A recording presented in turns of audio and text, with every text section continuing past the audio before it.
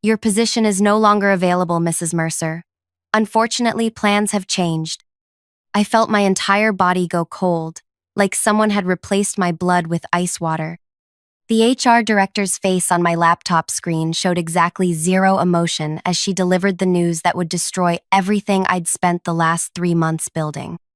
3 months of packing, of promising my kids everything would be okay, of convincing my husband this move was our future. My name is Leanne Mercer. I'm 37 years old, and exactly 4 days after moving my entire family, 2,800 miles across the country, the job I was promised vanished with a single sentence. Before I continue with how this nightmare unfolded, drop a comment letting me know where you're watching from and hit subscribe if you haven't already. Trust me, you'll want to hear how this ends. I remember sitting there in our half-unpacked rental house, surrounded by boxes labeled in my careful handwriting, kitchen, Noah's bedroom, Ellie's books, staring at this woman who looked uncomfortable but not nearly uncomfortable enough for what she was doing to my life. I don't understand, I said, my voice coming out embarrassingly small. I signed a contract. We sold our house in Portland. My husband resigned from his practice. We enrolled our children in schools here. She cleared her throat. Helix Dynamics has undergone some restructuring decisions. The integration team is being downsized before it's even formed. Legal has advised we can terminate within the probationary period. You'll receive 2 weeks severance as a courtesy. A courtesy. 2 weeks of salary as a courtesy after we'd uprooted our entire lives to move from Oregon to North Carolina. Can I speak with Marcus? I asked, referring to the CTO who'd recruited me, who'd spent months convincing me that my expertise in healthcare data integration was exactly what they needed for their expanding medical records division. Marcus is no longer with the company, she said flatly. That's when I understood. This wasn't just about me. This was a company in free fall, cutting costs wherever they could. I was collateral damage in someone else's financial planning. I wish I could tell you I stood up for myself, that I threatened legal action or demanded proper compensation, but shock does strange things to you. Instead, I actually thanked her, for letting me know. I wished her well and disconnected the call. Then I walked into our bathroom, turned on the shower, sat down on the tile floor, and sobbed until the water ran cold. How was I going to tell Chris? My husband had given up his physical therapy practice of 12 years, his patients, his colleagues, the clinic he'd helped build from nothing. All because I'd convinced him that this opportunity at Helix was worth it. It's a director-level position, I'd told him. The salary's enough that you can take your time finding the right practice here, maybe even start your own. And our kids. God, our kids. Noah was 15 and already hated me for making him leave his friends before his sophomore year. Ellie was 8 and struggling with dyscalculia, a math learning disability that had taken us 2 years to get properly diagnosed and accommodated at her old school. We'd been assured the private school here in Raleigh had resources for her. The tuition deposit alone was non-refundable at $3,800. I sat on that cold bathroom floor for what felt like hours, my mind racing through calculations. Our savings would cover maybe 3 months if we were careful. The housing market in Portland had exploded after we sold. We couldn't afford to go back even if we wanted to. Chris couldn't get his old job back. They'd already hired his replacement. I heard the front door open. Chris was back from taking the kids to tour their new schools. Lee, you home? His voice echoed through our hollow rental. I shut off the shower and caught my reflection in the mirror. Eyes swollen, face blotchy. There was no hiding this. When I told them, Chris just sat down heavily on one of our kitchen boxes. He didn't say anything for a long time. Noah kicked the wall hard enough to leave a dent we'd never get back from our security deposit. Ellie crawled into my lap and asked if this meant we could go home. I didn't have the heart to tell her we didn't have a home to go back to. That night, after the kids were asleep, Chris and I sat on our mattress on the floor. We hadn't even set up our bed frame yet. What are we going to do? He asked, staring at the ceiling. I'd spent the afternoon sending desperate emails to my network, updating my LinkedIn, and applying to every remotely relevant position in the Raleigh area. I'll find something else, I said, with more confidence than I felt. I have interviews lined up already. This was technically true. One interview, with a company that paid 40% less than what Helix had promised. And if you don't? He asked. I didn't answer. We both knew what retail and food service jobs paid. We both knew what Ellie's special education needs cost. We both knew how thin our safety net was stretched. The next morning, I did something I'm not proud of. I drove to Helix Dynamics' gleaming headquarters, the building I'd toured just 4 months ago, where I'd met the team I would never lead, where Marcus had shown me the corner office that would have been mine. I sat in the parking lot for almost an hour, rehearsing what I would say if I marched in there demanding to speak to whoever was in charge now. I imagined myself being firm but professional. I imagined them realizing their terrible mistake. I imagined a lot of things that would never happen. In the end, I didn't go in. Instead, I drove to a coffee shop and spent 6 hours applying for jobs, making connections, and fighting the rising panic that threatened to drown me. 3 weeks passed. The rejections piled up. Overqualified, not quite the right fit. Went with an internal candidate. Chris found part-time work at a rehab center. Barely enough to cover groceries. Noah stopped speaking to me entirely. Ellie's new school called about adjustment concerns. Then I got the call from Daria Novak at Meridian Health Systems, Helix's biggest competitor. I heard what happened, she said. Helix is a mess right now. Half their leadership team has jumped ship. I noticed, I said dryly. We have a position that might interest you. Not director level, but senior manager. The compensation package is competitive. It was 15% less than what Helix had offered, but 30% more than anything else I'd found. I scheduled the interview for the following day. That same evening, my phone lit up with a North Carolina number I didn't recognize. Is this Leanne Mercer? A man's voice, tense and tired. Yes, who's calling? James Alderson, CEO of Helix Dynamics. My heart pounded so hard I could feel it in my fingertips. Mr. Alderson, what can I do for you? I've just learned about your situation, the termination of your contract. He sounded genuinely uncomfortable. I want to personally apologize. This should never have happened. I appreciate that, I said carefully, not giving him anything. The fact is, Mrs. Mercer, we're in a difficult position. The Medicore conversion project is 6 weeks behind schedule. The client is threatening to pull out entirely. Our interim integration director doesn't understand the proprietary architecture and the documentation is insufficient. I almost laughed. I knew exactly what he was talking about. Marcus and I had discussed the Medicore project extensively. It was a $40 million contract to migrate a regional hospital network's patient data to Helix's platform. It was also the main reason they'd recruited me. I'd done similar migrations 3 times before. That sounds challenging, I said, my voice neutral. We'd like to bring you on as a consultant to help navigate this situation. Premium rates, of course. Triple your original salary, prorated for the 8-week project duration. Now I did laugh. A short, sharp sound that made him pause. Mr. Alderson, 4 weeks ago, your company left my family financially devastated and emotionally shattered. My 15-year-old son isn't speaking to me. My 8-year-old daughter cries herself to sleep. My husband gave up a 12-year career.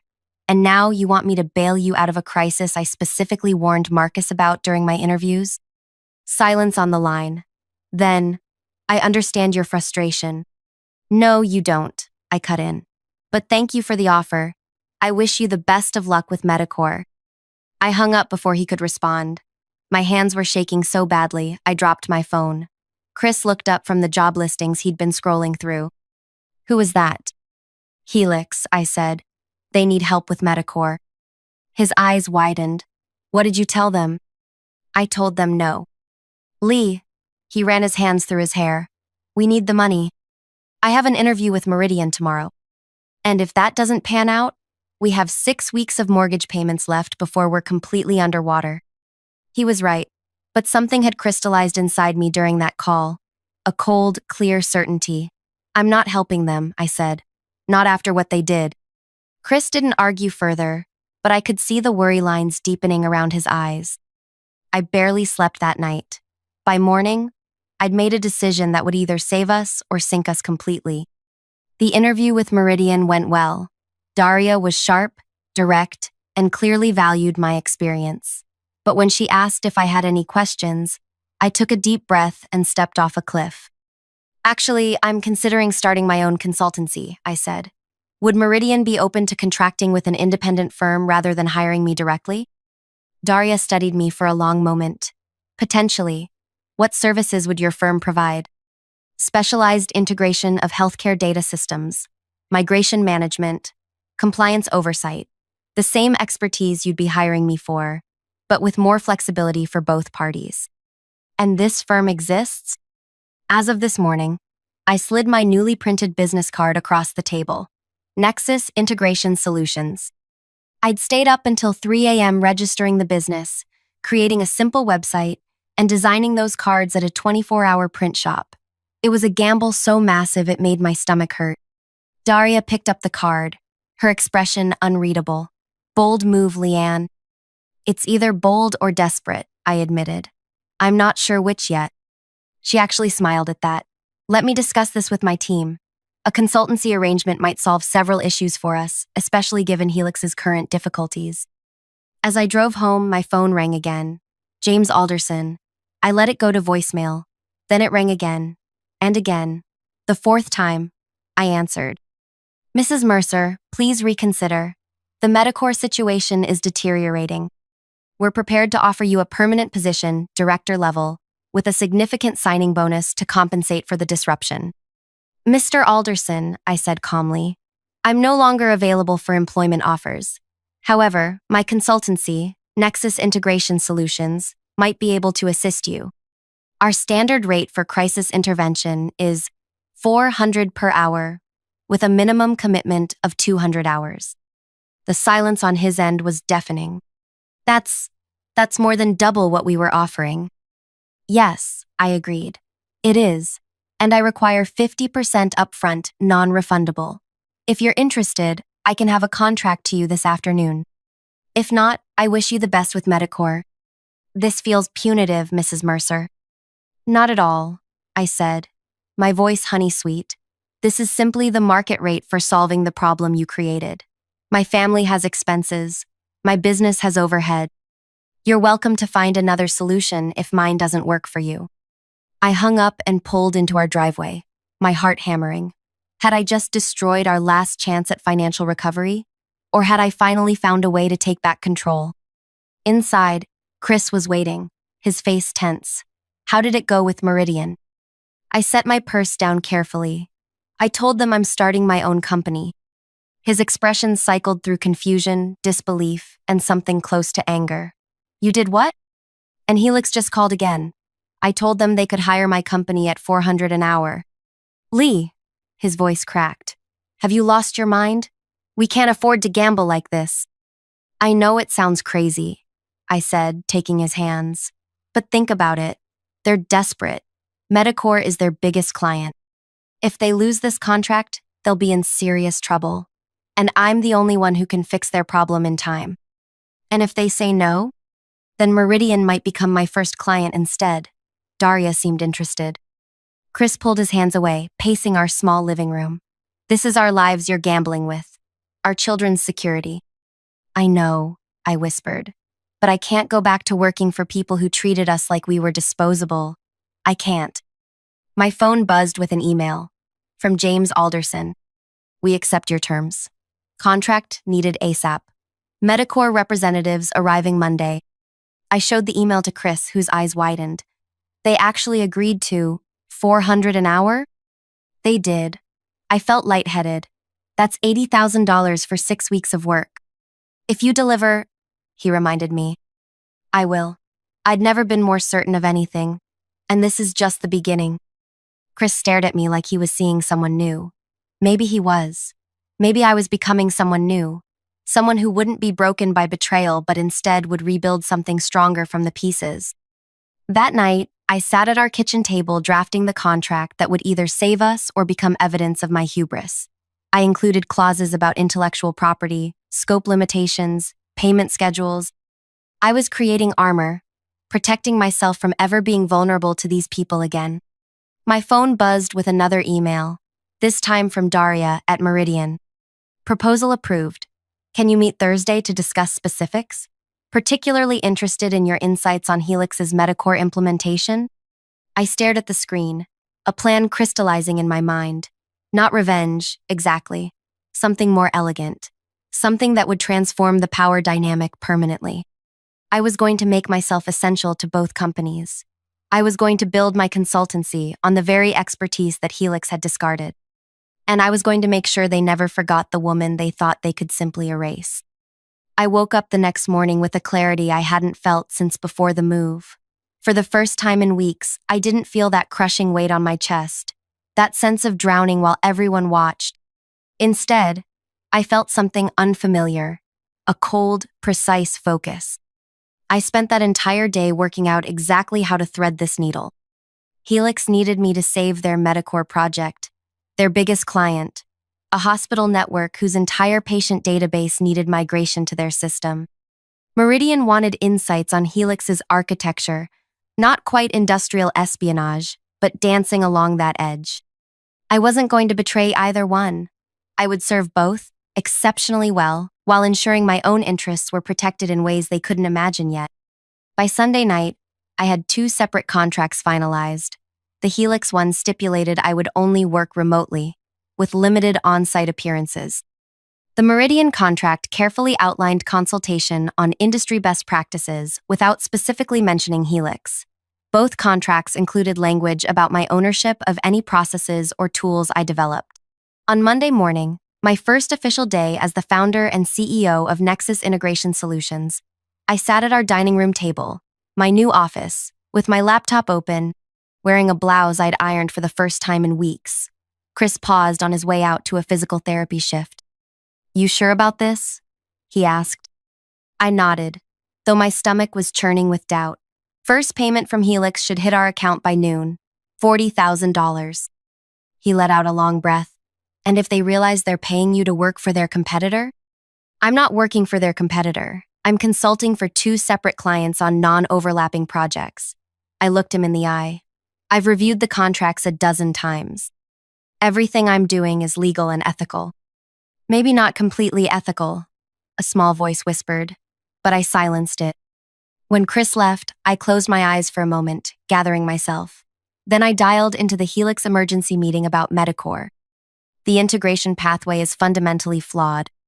I explained to the team of engineers who'd been flailing for weeks. Your architecture assumes a linear patient data model, but Metacore uses a networked model with branching relational elements. That's not what our analysis showed, stammered Raj, the interim director they'd appointed. Your analysis missed key structural elements in their legacy system, I said, not unkindly but firmly. I've outlined the necessary adjustments here. I shared my screen, showing the revised architecture I'd spent the weekend developing. There was silence as they absorbed what I'd presented. This will require rebuilding half the integration layer, one engineer finally said. Yes, I agreed, but it's the only way to make the migration work within Metacore's timeline. How did you identify this so quickly? Raj asked, a note of suspicion in his voice. I've handled 3 similar migrations. This pattern is something you learn to recognize. What I didn't say, I'd already spotted this issue during my interviews with Marcus months ago. I'd mentioned it as a potential concern. No one had listened. By Wednesday, I had both companies dependent on my expertise. Helix's team was implementing my redesign for Metacore. Meridian was crafting a new business strategy based on my insights about healthcare data, architecture trends, insights that would position them to capture clients dissatisfied with Helix's services. At home, things were starting to heal. With the first payment from Helix, we'd caught up on bills. Chris found a physical therapy practice interested in bringing him on as a partner rather than an employee, a better opportunity than he'd had in Portland. Noah still barely spoke to me, but I'd seen him looking at me differently when I was on video calls, commanding respect from executives at companies that had once intimidated me.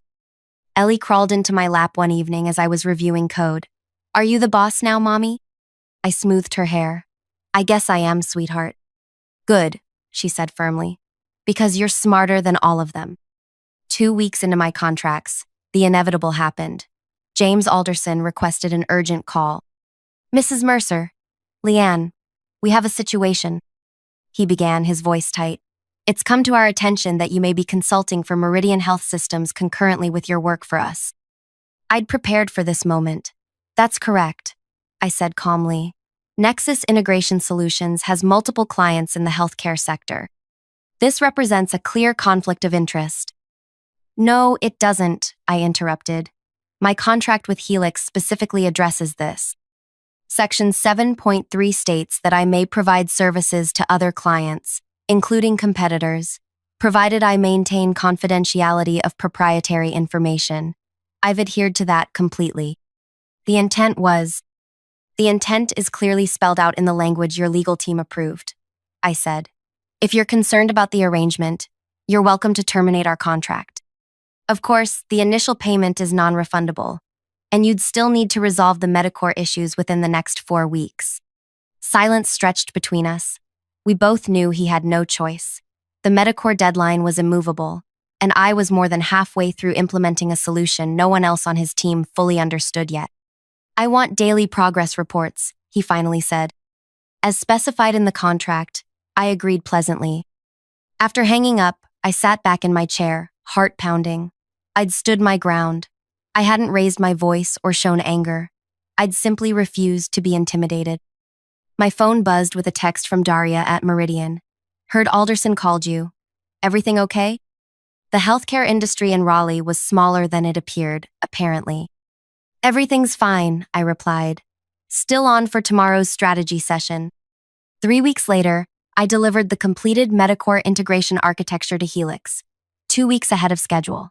The migration test ran perfectly. The Medicare executives were so impressed they increased their contract value with Helix by 30%. James Alderson called me personally. The board is extremely pleased with the outcome, he said, sounding like the words cost him physically. We'd like to discuss retaining Nexus for ongoing support. I'd be happy to send over our standard long-term contract, I said. My rates have adjusted based on market demand. I named a figure 20% higher than my crisis rate. He didn't even blink. Draw up the paperwork.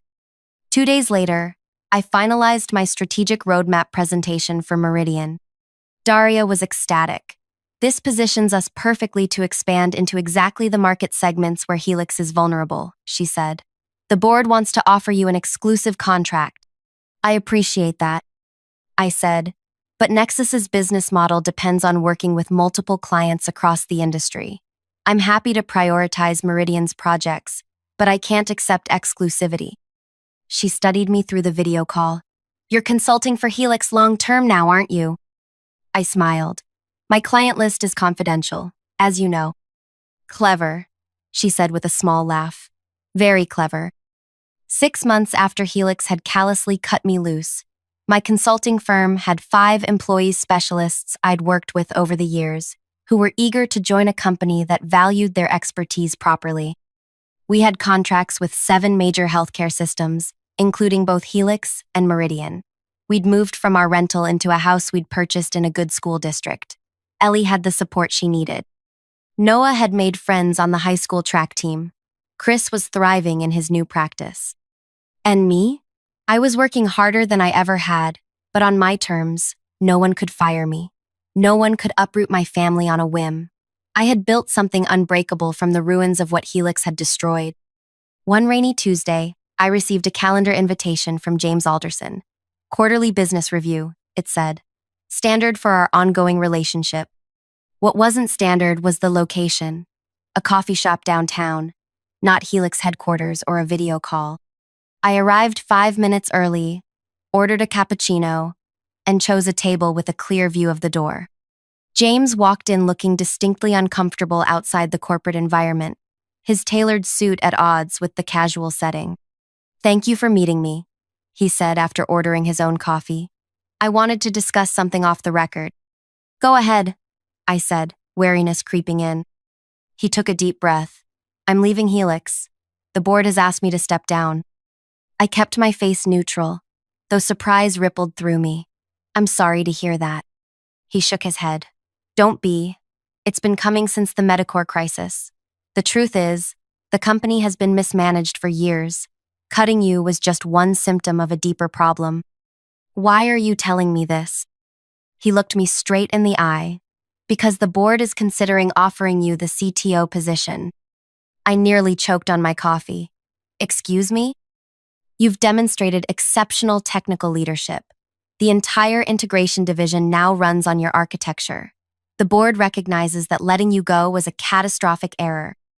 The irony was so perfect, I almost laughed. I'm not interested in being an employee again, James. Nexus is profitable and growing. They're prepared to acquire Nexus, he said. Full valuation plus a 3-year leadership contract for you at double your current consulting rates. Now I did laugh. A soft, disbelieving sound. They want to buy the company they inadvertently created when they fired me. He had the grace to look ashamed. Essentially, yes. I took a slow sip of my coffee, thinking of all the sleepless nights, the tears, the devastation their careless decision had caused my family. And now they wanted to throw money at the problem to buy back not just my expertise, but my loyalty. Please tell the board I'm flattered by their interest, I said carefully. But Nexus isn't for sale. Not to Helix, not to anyone. They'll offer more, he warned. It's not about the money, I replied. It's about never again putting my family's security in someone else's hands. He nodded slowly. I understand. For what it's worth, I think you're making the right choice. He hesitated. And I owe you an apology. What happened to you and your family? It was unconscionable. I should have intervened. Yes, I agreed. You should have. We finished our coffee with talk of industry trends and mutual connections. As we were leaving, he paused at the door. One more thing you should know. Meridian is also preparing an acquisition offer for Nexus. I smiled. I'm aware. His eyebrows rose. And? They'll receive the same answer. Nexus remains independent. Walking to my car, I felt a sense of completion washing over me. This hadn't been about revenge, not really. It had been about rebuilding, not just my career or my family's stability, but my own sense of power and agency. 3 weeks later, I signed a joint venture agreement with a small but innovative health tech startup founded by 3 women who'd faced similar corporate betrayals. Together, we launched a platform that would help hospitals manage patient data more effectively than either Helix or Meridian could offer. Medicor was our first client. Helix's second biggest client was our second. The day we announced the venture, I received a text from Marcus, my former recruiter at Helix. Saw the news. Poetic justice. Proud of you. I didn't respond. I didn't need his approval anymore. That evening, I sat on our back deck watching Noah and Chris toss a football while Ellie practiced cartwheels in the grass. My phone buzzed with another partnership inquiry from a hospital system looking to escape their contract with Helix. Everything okay? Chris called, noticing me looking at my phone. Everything's perfect, I said, setting the phone aside.